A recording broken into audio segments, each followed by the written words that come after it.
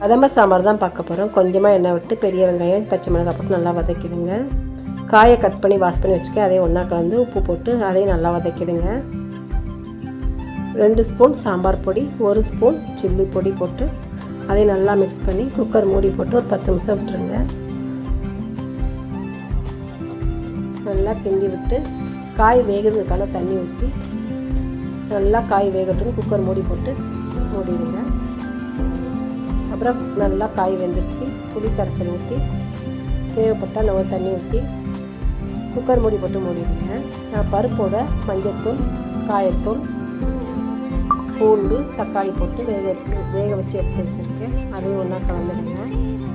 மாங்காய் கட் பண்ணி வச்சுருக்கேன். அது கடைசியாக தான் போடணும், ஏன்னா கரைஞ்சிடும். அதுக்காக கடைசியாக மாங்காய் போட்டிருக்கேன். அப்புறம் ஒரு கடாயை வச்சுட்டு கொஞ்சமாக எண்ணெய் விட்டு கடுகு, வெந்தயம், சின்ன வெங்காயம், கருவேப்பிலை, கொஞ்சமாக பெருங்காயத்தூள் போட்டு வதக்கி சாம்பாரோட கொட்டிட்டேன்.